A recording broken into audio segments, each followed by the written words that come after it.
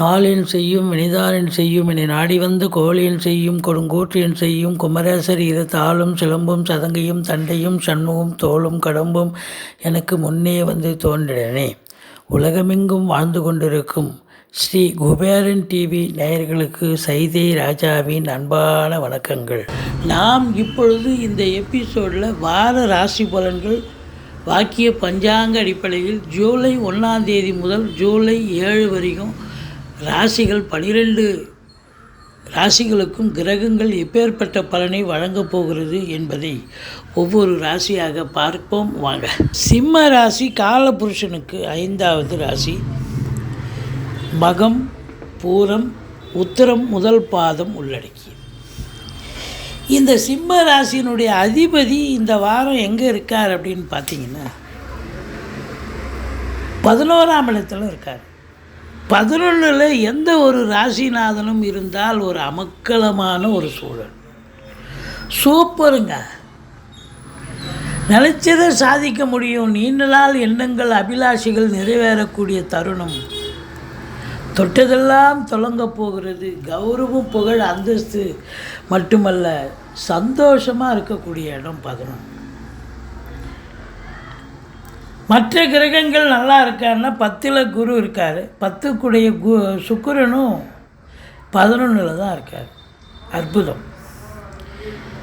சனி பகவான் பாருங்கள், உங்களுக்கு 7ஆம் இடத்தில் இருக்கக்கூடிய சனி பகவான் வக்ரம் பெற்று 6ஆம் இடத்துக்கு வந்துடுறார். அப்போது யோக பாக்கியங்களை தரக்கூடிய ஒரு நிலை. உங்களை பொறுத்தவரையிலையும் யோக பாக்கியங்கள் விபரீத ராஜயோகங்கள், அதாவது சனி பகவான் 6ல் இருக்க கொடுத்து வைக்கணும். மற்றபடி உங்களுக்கு இந்த வாரம் கிரகங்கள் அற்புதமான பலன்களை வாரி வழங்கப் போகிறது என்று சொன்னால் மிகையாகாது. உங்களை பொறுத்தவரையிலையும்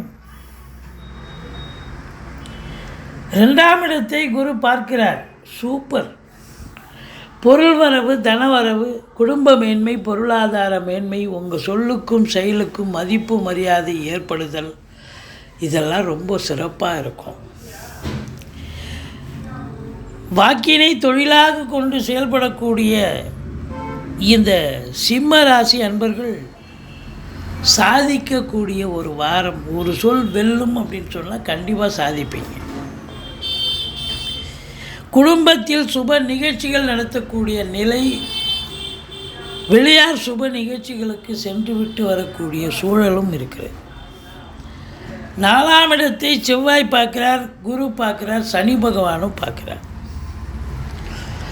தாய்க்கு தேக ஆரோக்கிய குறைவு ஏற்பட்டு மருத்துவமனைக்கு அழைத்து செல்வீங்க, போயிட்டு வருவீங்க. செலவு வைக்கும், இருந்தாலும் அதுக்கப்புறம் சரியாகி வீட்டுக்கு அழைச்சிட்டு வருவீங்க.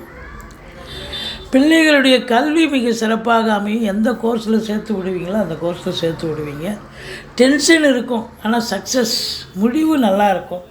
வண்டி வாகனங்களை வச்சு பொழப்பு நடத்தக்கூடியவர்களுக்கு பொழப்பு ரொம்ப நல்லா போகும். 4ஆம் இடத்தை குரு பார்க்கிறார், சுகவாசிகளாக இருக்க போகிறீர்கள். 6ஆம் இடத்தை குரு பார்க்கிறார், ஆரோக்கிய வாசிகளாகவும் இருக்க போகிறீர்கள்.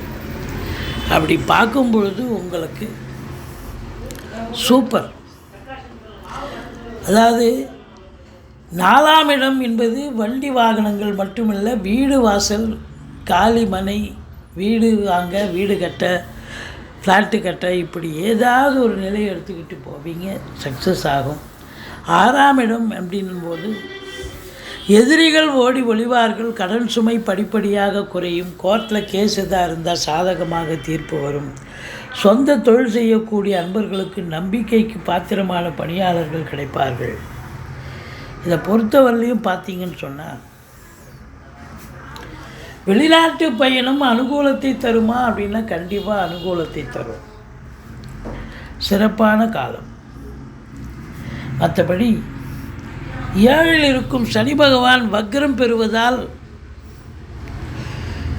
யோக பாக்கியங்களை தரப்போகிறார். அவரே வந்து தீய பலனை தரக்கூடியவர், மாறாக நல்ல பலனை, திடீர் விபரீத ராஜயோகங்களை, நடக்காத காரியங்களை நடத்தி காட்டுவார். வெற்றி ஸ்தானத்தில் இருக்கிறதாக ஐதீகம். இருந்தாலும் கூட 8ஆம் இடத்தில் ராகு பகவான் இருக்கிறது. வெளி வட்டார பழக்க வழக்கங்களில் அறிமுகம் இல்லாத இடம், நபர்கள், அதாவது police station, railway station, bus stand, இல்லை ஆஃபீஸ்லேயே, இப்போ உங்கள் கம்பெனிலேயே கூட புதுசாக யாராவது வரலாம். கொஞ்சம் எச்சரிக்கையாக இருங்க. ஏன்னா வம்பு வழக்கை ஏற்படுத்திடும். தேவையில்லாத போலீஸ் ஸ்டேஷன், கோர்ட்டு, வம்பு வழக்குன்னு இட்டு போய் உட்கார வச்சிடும். மன உளைச்சல், காசு பணம் செலவு மட்டும் இல்லை, நேர விரயம் கூட ஏற்படும். நீங்கள் அடுத்தவங்களுக்கு நல்லது செய்கிறேன்னு போய் கடைசியில் நீங்கள் வம்பில் மாட்டக்கூடிய சூழல் ஏற்படும். ரொம்ப விழிப்புணர்ச்சியோடு இருக்க வேண்டும்.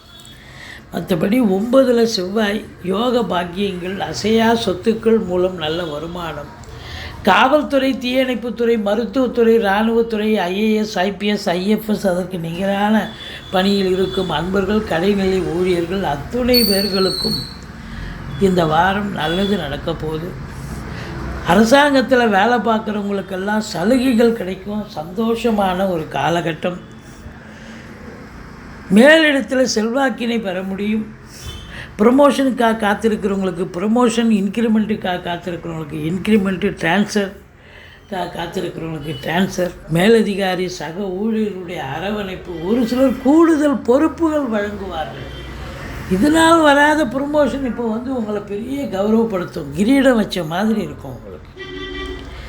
மற்றபடி 10ஆம் இடத்து அதிபதி 11ல் இருப்பதால் கலைத்துறையில் சார்ந்தவர்கள், சினிமா மற்றும் தொலைக்காட்சி பிரிவில் பணியாற்றக்கூடியவர்கள் அத்துணை பேர்களுக்கும் இந்த வாரம் சாதிக்கக்கூடிய ஒரு வாரமா என்று சொன்னால் நிச்சயமாக சாதிக்க போகிறீங்க.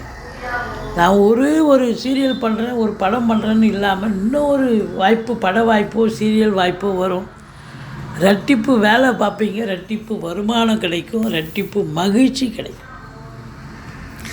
அரசாங்கத்தால் அனுகூலம், அரசியல்வாதிகளுக்கு பொற்காலம், தந்தையால் யோக பாக்கியங்கள் கிட்டும். இருந்தாலும் 9ல் ராகு, காரகோ பாவனாஸ்தி, தந்தைக்கும் உங்களுக்கும் கருத்து வேறுபாடு, அதாவது 9ல் செவ்வாய், கருத்து வேறுபாடுகள் வரலாம். 8ல் தான் ராகு. பட் இருந்த போதிலும் உங்களை பொறுத்தவரையிலையும் பண வரவு என்பது சிறப்பாக இருக்கும். குடும்ப மேன்மை என்பது சிறப்பாக இருக்கும். எந்த ஒரு காரிய தடை எதுவும் இருக்காது. வெற்றி பெறக்கூடிய ஒரு தருணம் வந்தாச்சு.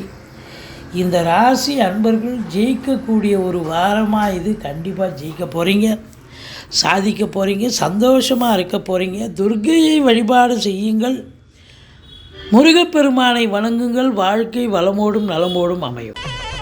ஸ்ரீ குபேரன் டிவியை பார்த்தமைக்கு நன்றிகள். மேலும் இது போன்ற தகவல்களை தெரிந்து கொள்ள ஸ்ரீ குபேரன் டிவியை சப்ஸ்கிரைப் செய்யுங்கள். மறக்காமல் பெல் ஐக்கானை கிளிக் செய்யுங்கள்.